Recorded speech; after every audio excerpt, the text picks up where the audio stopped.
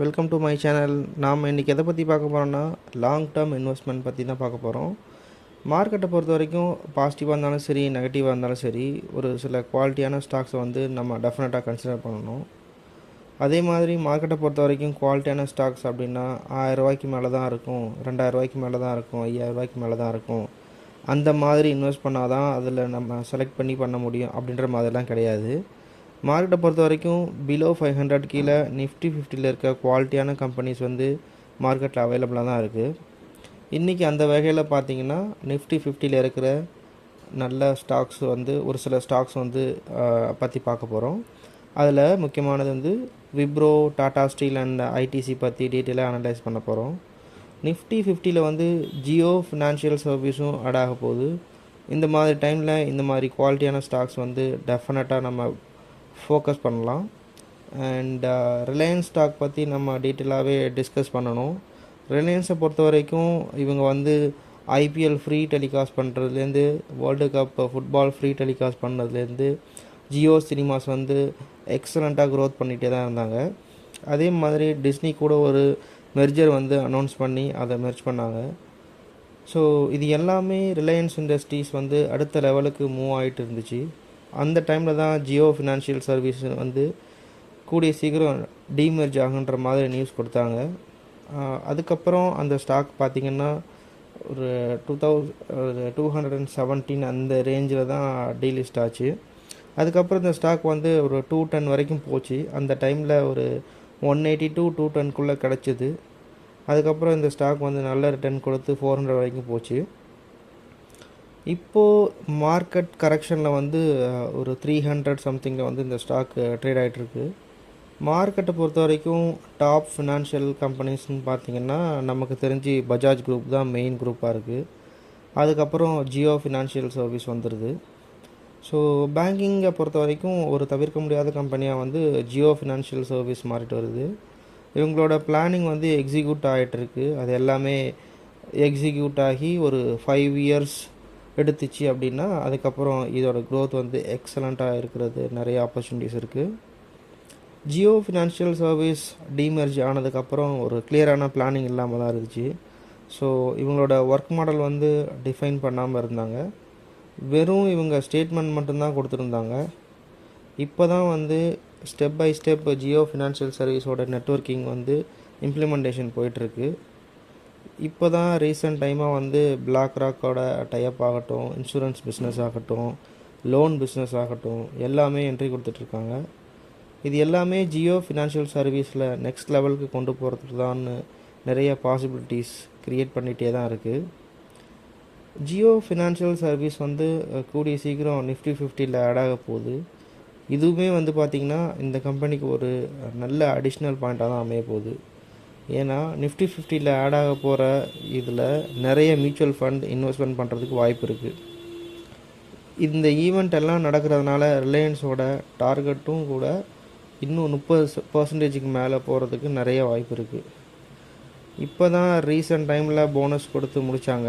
அப்போது ஒரு 1200 something trade ஆச்சு. ஸோ இன்னும் ஒரு 30% மேலே அப்சைட் போகிறதுக்கு நிறைய ஆப்பர்ச்சுனிட்டிஸ் இந்த ஸ்டாக் க்ரியேட் பண்ண தான் போகுது. அது மட்டும் இல்லாமல் கூடிய சீக்கிரம் ஜியோ லிஸ்ட் ஆக போகுது. அப்படி ஆகிறப்போ இது 3வது கம்பெனியாக முகேஷ் அம்பானி கிட்டே இருக்க போகுது. ஆல்ரெடி 2 கம்பெனியுமே நிஃப்டி 50ல் வந்துருச்சு. ஜியோ ஒரு குறிப்பிட்ட டைமில் நிஃப்டி 50ல் கொண்டு வந்துருவாங்க.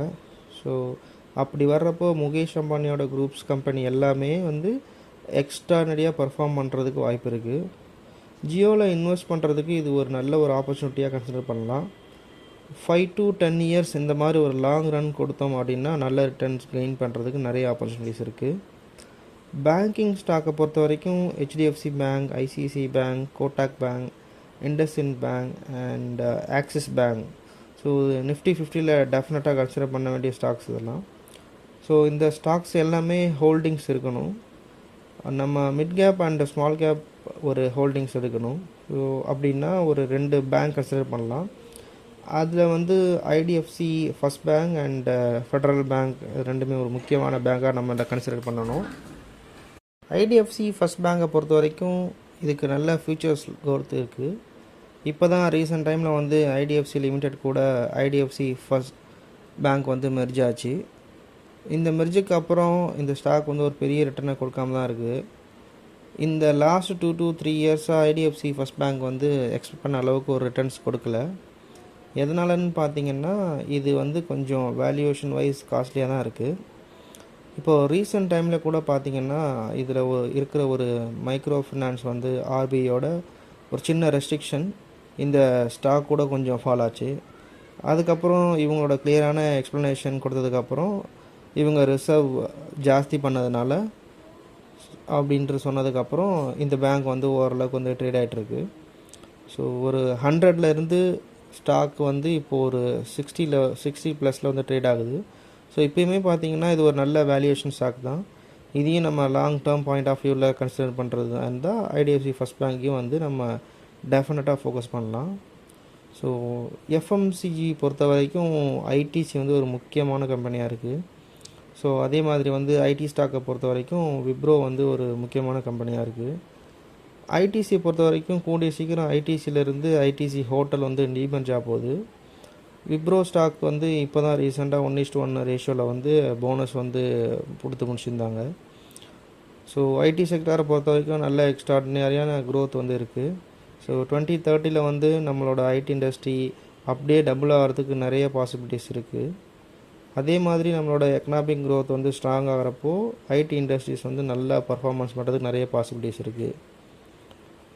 ஐடி ஸ்டாக்கில் வந்து விப்ரோ கம்பெனியை பொறுத்த வரைக்கும் இவங்க ரெகுலராக வந்து பைபேக் கொடுக்குறதாகட்டும், அதே மாதிரி போனஸ் கொடுக்குறதாகட்டும், டிவிடெண்ட் கொடுக்குறதாகட்டும் எல்லாமே எக்ஸலண்ட்டாக பர்ஃபார்ம் பண்ணிட்டு தான் இருக்கிற கம்பெனியாக இருக்குது இது.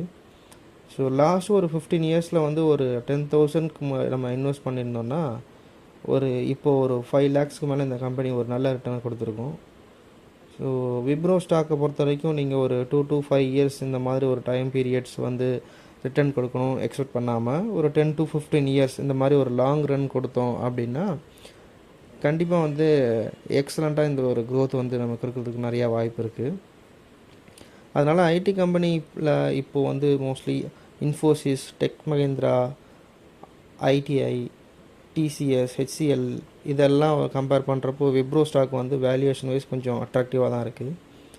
இந்த வேல்யூவேஷன் வைஸும் சரி, போனஸ் கொடுக்குறதுலையும் சரி, டிவிடெண்ட் கொடுக்குறதுனாலையும் பைபேக் இது எல்லாமே வந்து இவங்க எக்ஸலண்ட்டாக பர்ஃபார்ம் பண்ணிட்டு தான் இருக்காங்க. ஐடி கம்பெனிலேயே வந்து ஜாஸ்தி போனஸ் கொடுக்குற கம்பெனி அப்படின்னா விப்ரோ கம்பெனியாக தான் இருக்குது. ஸோ இதுவுமே வந்து ஒரு அட்ராக்டிவான வேல்யூவேஷனில் தான் ட்ரேட் ஆகிட்டு இருக்குது. ஆப்பர்ச்சுனிட்டி கிடச்சிச்சு அப்படின்னா நம்ம டிஸ்கஸ் பண்ண மாதிரி அபவ் 10 இயர்ஸ்க்கு மேலே வந்து ஹோல்ட் பண்ணால் இந்த ஸ்டாக் வந்து நம்ம கன்சிடர் பண்ணலாம். மார்க்கெட்டை பொறுத்த வரைக்கும் எஃப்எம்சிஜி செக்டர் வந்து ஒரு முக்கியமான செக்டராக இருக்குது. எப்போவுமே வந்து நம்ம லாங் டேர்மில் வந்து ஒரு போர்ட்ஃபோலியோவை க்ரியேட் பண்ணணும் அப்படின்னா 3 முக்கியமான செக்டரை வந்து டெஃபினட்டாக கன்சிடர் பண்ணணும். ஸோ அதில் ஃபஸ்ட்டு செக்டர் வந்து பேங்கிங் செக்டர், செகண்ட் செக்டர் வந்து எஃப்எம்சிஜி செக்டர், அண்ட் தேர்டு வந்து ஃபார்மா செக்டர். ஸோ இதை கன்சிடர் பண்ணோன்னா அதே மாதிரி கோல்டு அண்ட் இன்வெஸ்ட்மெண்ட்டையும் நம்ம டிஸ்கஸ் பண்ணணும். இப்போ நம்ம டிஸ்கஸ் பண்ண மாதிரி ஒரு ஃபினான்ஷியல் செக்டரை பொறுத்த வரைக்கும் நம்ம டிஸ்கஸ் பண்ண ஐடிஎஃப்சி ஃபர்ஸ்ட் பேங்க்கு சரி, ஜியோ ஃபினான்ஷியல் சர்வீஸும் சரி வந்து நல்லா பர்ஃபார்ம் பண்ணும். அதே மாதிரி எஃப்எம்சிஜியில் ஒரு முக்கியமான கம்பெனி அப்படின்னா ஐடிசி கம்பெனியாக தான் இருக்குது. ஐடிசியை பொறுத்த வரைக்கும் இது ஒரு பியூராக எஃப்எம்சிஜி கம்பெனியாக இல்லை அப்படின்னா கூட சீக்கிரம் வந்து இந்த கம்பெனி எஃப்எம்சிஜி கம்பெனியாக மாறுறதுக்கு நிறைய வாய்ப்பு இருக்குது. ஐடிசியில் இருந்து தனியாக வந்து டீலிஸ்ட் ஆகிறதுக்கு கூட வாய்ப்பு இருக்குது. அப்படி ஆகிறப்போ இந்த கம்பெனி வந்து நல்லா பர்ஃபார்ம் பண்ணும். ஐடிசியை பொறுத்த வரைக்கும் இவங்களுக்கு டொபாக்கோ பிஸ்னஸ் தான் வந்து மெயின் பிஸ்னஸாக இருக்குது. இது இல்லாமல் இவங்க அதர் பிஸ்னஸ்லேயும் வந்து கான்சன்ட்ரேட் பண்ணிகிட்டே தான் இருக்காங்க. ஸோ அதர் பிஸ்னஸ்ன்னு போகிறப்போ இவங்களுக்கு வந்து காம்படிஷன் ஜாஸ்தியாக இருக்குது. ப்ராஃபிட் வந்து ரைஸ் பண்ண வேண்டியதாக இருக்குது. நிறைய ப்ராடக்ட் வந்து அப்கிரேட் பண்ண வேண்டியதாக இருக்குது. ஸோ நிறைய நியூ இன்வெஸ்ட்மெண்ட்டும் பண்ண வேண்டியதாக இருக்குது. ஐடிசியிலேருந்து ஐடிசி ஹோட்டல் வந்து டீமர்ஜ் ஆகும்னு சொல்லியிருக்காங்க. அப்படி ஆகிறப்போ ஐடிசி ஸ்டாக் வந்து ஒரு நல்ல ஃபியூச்சர் க்ரோத்தை கொடுக்கறதுக்கு வாய்ப்பு இருக்குது. இந்த மார்க்கெட்டை பொறுத்த வரைக்கும் இவங்க வந்து கூடிய சீக்கிரமே ஐடிசியிலேருந்து ஐடிசி ஹோட்டல் டீமர்ஜ் ஆகும். ஹோட்டலை பொறுத்த வரைக்கும் இவங்க ஒரு 40% வந்து ஹோல்டிங்ஸ் வாங்கிக்குவாங்க. ரிமைனிங் இருக்கிற 60% தான் வந்து ஷேர் ஹோட்டலுக்கு பிரித்து கொடுக்க போகிறாங்க.